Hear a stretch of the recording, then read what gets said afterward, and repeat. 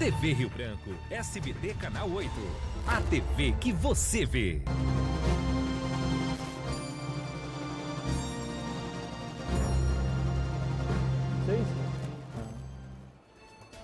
Muito bom dia, amigos da TV Rio Branco. Estamos começando mais uma edição do RB Notícias, primeira edição ao vivo aqui no canal 8.1 SBT, Sistema Brasileiro de Televisão. Agora são 11 horas e 18 minutos. Nesta quarta-feira, que seria dia de futebol pelo Brasil e pelo mundo, se não fosse a pandemia, né? Quarta-feira, 6 de maio de 2020. O nosso entrevistado de hoje, o nosso convidado especial de hoje, é o diretor da Policlínica do Conjunto Tucumã, que por muito tempo funcionou como UPA, né? A UPA do Tucumã, o Dr. João Paulo Silva. Ele é psicólogo, participou da equipe que montou o Hospital do Amor, foi o primeiro diretor, qualificou-se aqui no Acre, viajou, passou algum tempo fora do estado, em São Paulo, agora mesmo esteve no estado da Bahia. É uma acreana de Tarauacá que venceu na capital e é o nosso convidado especial de hoje, é o psicólogo. Porque tão importante como cuidar da pandemia é cuidar da nossa economia e também da mente das pessoas. O isolamento como está, não é só aqui no Acre, é praticamente em quase todo o planeta, ele acaba, em alguns casos, vejam bem, em alguns casos, tendo efeito contrário, porque traz consigo naturalmente o estresse, a ansiedade e, sobretudo, a depressão, que levou e certamente levará ainda muita gente à morte. Porque a depressão, assim como o estresse e a ansiedade, são fenômenos que baixam a imunidade do ser humano. E o sistema imunológico funcionando de forma incorreta é a porta de entrada para várias doenças, principalmente para uma doença perigosa em sua transmissão, como é o caso da Covid-19.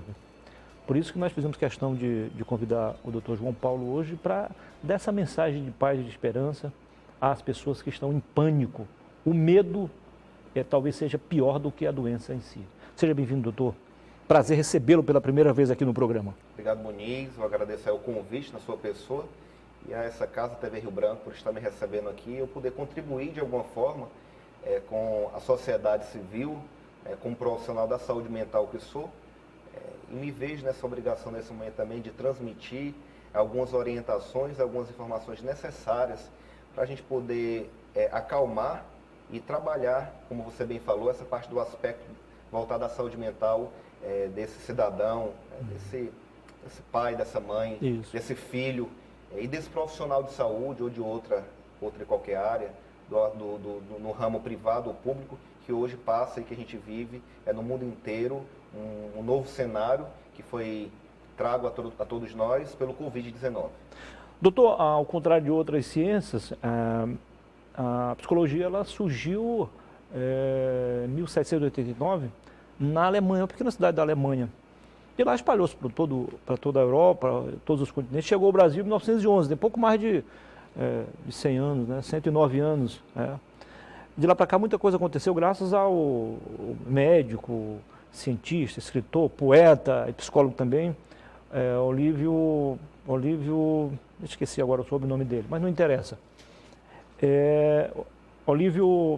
Plínio Olívio. De lá para cá muita coisa aconteceu. E a psicologia ela é tão importante hoje como qualquer outra ciência, né?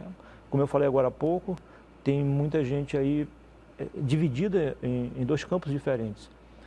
Umas com medo da doença e outras com medo de não honrar seus compromissos financeiros. Com o cheque está apresentado, o cartão está estourado, as contas estão chegando e ele não tem como pagar.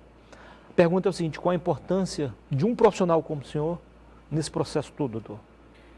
Muniz, como você bem colocou, a psicologia ela surgiu ali por volta do século XVIII, né? Já final do século XVIII, e ela tem duas vertentes. A psicologia tem um braço dentro da vertente filosófica, puxando a filosofia do seu surgimento, né? No entanto que a base da psicologia é a filosofia, e a psicologia, ao longo dos anos e ao longo dos séculos, ela foi se adaptando com algumas interfaces com a própria medicina também. Então, hoje, quando se fala de psicologia clínica, a gente vê aspectos da psicologia clínica dentro da interface com a medicina, tanto que existe a neuropsicologia, a parte de avaliação cognitiva, que são interfaces da psicologia ligadas diretamente à medicina, né? Hoje em dia, por exemplo, vários pacientes, por exemplo, com algum tipo de distúrbios neurológicos ou com algum tipo de, digamos, o paciente tem tido algum ataque vascular cerebral, seja isquêmico hemorrágico, ele precisa muitas vezes de alguma avaliação cognitiva, aí parte da figura do neurologista com o neuropsicólogo para poder ter um diagnóstico fechado, para poder iniciar um tratamento. Então, ela tem esses dois aspectos. E aí, quando se fala de psicologia, se fala do aspecto social, né, que esse indivíduo, que somos todos nós, estamos inseridos.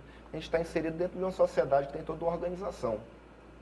Nós vivíamos até então com um tipo de organização social. Mesmo com as dificuldades, mesmo com as fragilidades sociais, nós tínhamos uma organização social.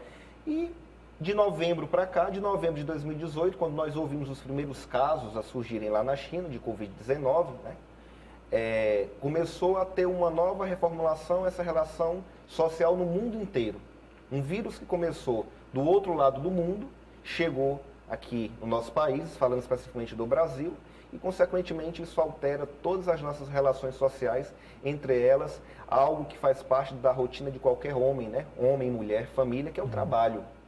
Quantas pessoas hoje em dia estão tendo aí várias crises financeiras, estão dentro de uma crise financeira que, infelizmente, está afetando todo mundo, principalmente aquele trabalhador que é o autônomo, aquele trabalhador que não tem uma renda fixa no final do mês, que é as pessoas que mais estão sofrendo nesse momento, consequentemente, pais e mães de família, e está tendo um aspecto social negativo nesse sentido.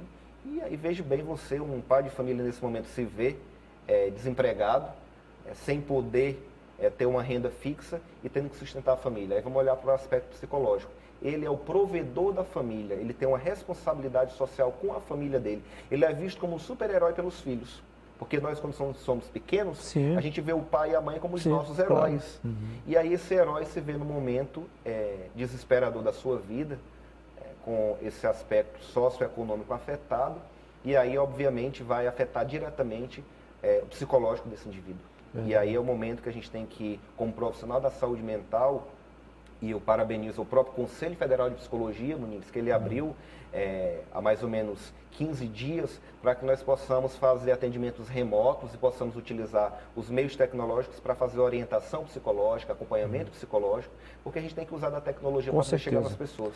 E aí eu sempre, quando falo dessas questões, me vem logo as famílias e as pessoas que estão nas periferias das cidades, que a maioria delas também não tem acesso à tecnologia. É verdade. Então a gente, nesse momento, tem que usar os meios de comunicação, usar a imprensa para poder chegar, usar as rádios, né, para poder chegar nessas famílias, nessas pessoas, para dar essa seguinte orientação: manter o equilíbrio emocional diante dessa situação, tentar achar meios e maneiras, né, de lidar diante desse quadro. A gente vê aí o esforço que os governos vêm fazendo, né, o governo federal liberando essa verba para as pessoas que não têm renda fixa, né, ou que estão abaixo de uma renda que não tem sustentabilidade familiar, os governos estaduais, os governos municipais tentando fazer, de alguma forma, algum meio de orientar ou ajudar essas famílias, mas, de fato, causa, sim, um impacto psicológico diretamente nesse momento para os chefes de família, porque são os provedores das suas casas. Sim, com certeza. Eu esqueci de falar agora há pouco na abertura,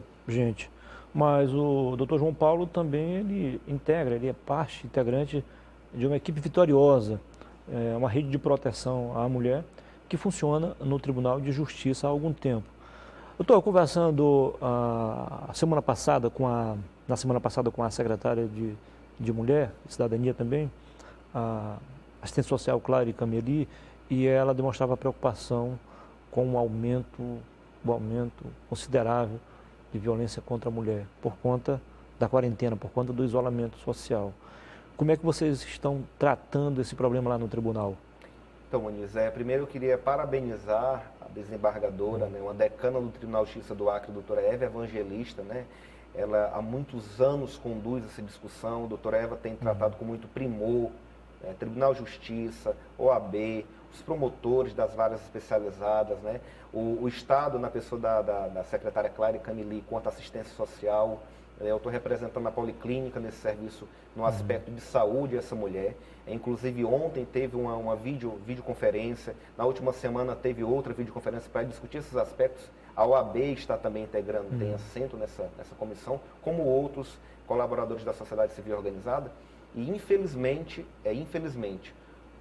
a própria imprensa tem mostrado isso, os números de violência contra a mulher, o número de feminicídio tem aumentado muito. E o nosso estado do Acre está no topo da lista, o que é muito ruim dentro desse aspecto. E a gente tem tentado trabalhar os subsídios para poder mostrar para essas mulheres quais são as portas que elas têm que acessar. E quais são os serviços que estão disponíveis a ela. E aí eu vou falar para você, quanto Policlínica, nós estamos organizando um serviço junto ao Tribunal de Justiça, com o apoio da Secretaria Estadual de Saúde, para nós botarmos a Policlínica como um ponto de atendimento a essa mulher no aspecto psicológico. Entendi. Para que as psicólogas do Tucumã e os médicos de família possam atender e orientar essa mulher quanto rede, quanto saúde. Sim, porque o confinamento, ele traz vários aspectos negativos também nesse sentido. Entre eles, a mulher conviver com o abusador boa parte do seu tempo. Essa mulher que na maioria das vezes saía para fazer uma faxina, essa mulher que na maioria das vezes saía para deixar as crianças na escola, saía para ir na casa de uma amiga, saía para ir na casa da mãe, do pai, enfim. Essa mulher agora está completamente dentro da sua residência, convivendo 24 horas com esse agressor. E aí o que acontece consequentemente? O índice de violência dessa mulher vai aumentar, porque o agressor está frente a frente com ela, cara a cara. Cara a cara com ela, e os meios que ela utilizava para ela poder E vivendo mais sair, tempo, né? Vivendo mais tempo, né? E o meio que ela encontrava para poder sair, que era, na maioria das vezes, deixar a própria criança na escola e ficar conversando com uma amiga, não tem. Ou ir fazer uma faxina, ou ir no seu próprio trabalho, não tem. Então, assim, a gente está trabalhando nesse aspecto de fortalecer os pontos de atenção e pedindo, né, que essa mulher busque a saúde como ponto de atenção, busque a assistência social, os órgãos também da parte da justiça, né, comum, da segurança, para ela poder se preservar. Nós temos que preservar a vida dessas mulheres, que são mães, são batalhadoras, trabalhadoras, que vivem do suor do seu rosto, mas que na maioria das vezes tem uma fragilidade nessa relação familiar. A doutora Eva que comanda. Doutora Eva Eva evangelista, porque eu tenho um profundo respeito e apreço, e admiração também. Ela sempre foi, assim, muito preocupada, não só em fazer justiça ao pé da letra, mas também preocupada com a justiça social. Então, para mim não foi novidade essa preocupação dela. O senhor tem conversado com ela ultimamente sobre isso? O que o senhor tem sentido? Tenho sim. Inclusive, no final de semana, nós chegamos a trocar algumas mensagens via WhatsApp, porque, como estava falando da Policlínica do Tucumã, a Policlínica do Tucumã agora integrou esse serviço que está sendo coordenado pela primeira-dama do Estado de atendimento às vítimas de Covid. Né? A gente está trabalhando a parte emocional. E aí eu falei para a doutora Eva que era nesse mesmo modelo que a gente vai trabalhar com as mulheres vítimas de violência doméstica. Né? Essa mulher precisa ser acompanhada psicologicamente. Às vezes a gente se prende no aspecto jurídico da coisa, o físico. Sim. Mas as agressões psicológicas, na maioria das vezes, são piores do que as agressões físicas. Por quê? Porque a agressão psicológica ela é feita a todo momento. A agressão psicológica ela é feita de vários aspectos. Ela mata de forma silenciosa. Ela mata de forma silenciosa. O agressor ele vai dosando a violência contra essa mulher e essa mulher vai sofrendo e essa mulher vai desenvolvendo depressão, doenças cardiovasculares, doenças coronarianas, câncer, doença de pele, porque são doenças que têm um aspecto psicológico envolvido. Né? Então, assim, o Tribunal de Justiça, na pessoa da doutora Eva, tem trabalhado diuturnamente para poder fortalecer essa rede de proteção a essa mulher vítima. Doutor, agora não estava na hora também de pensarmos em estudar o comportamento do outro lado, do agressor? O que está acontecendo? O que se passa na cabeça de um homem que, ao invés de dar carinho, amor, respeito à companheira, à mulher, à namorada ou à paquera, prefere esbofeteá-la, prefere ameaçá-la, prefere assassinar, prefere matá-la. O que se passa na cabeça de um cidadão desse? Só responde daqui a pouquinho, tá bom? A gente volta em 2 minutos para continuar a conversa com o Dr. João Paulo. Até já.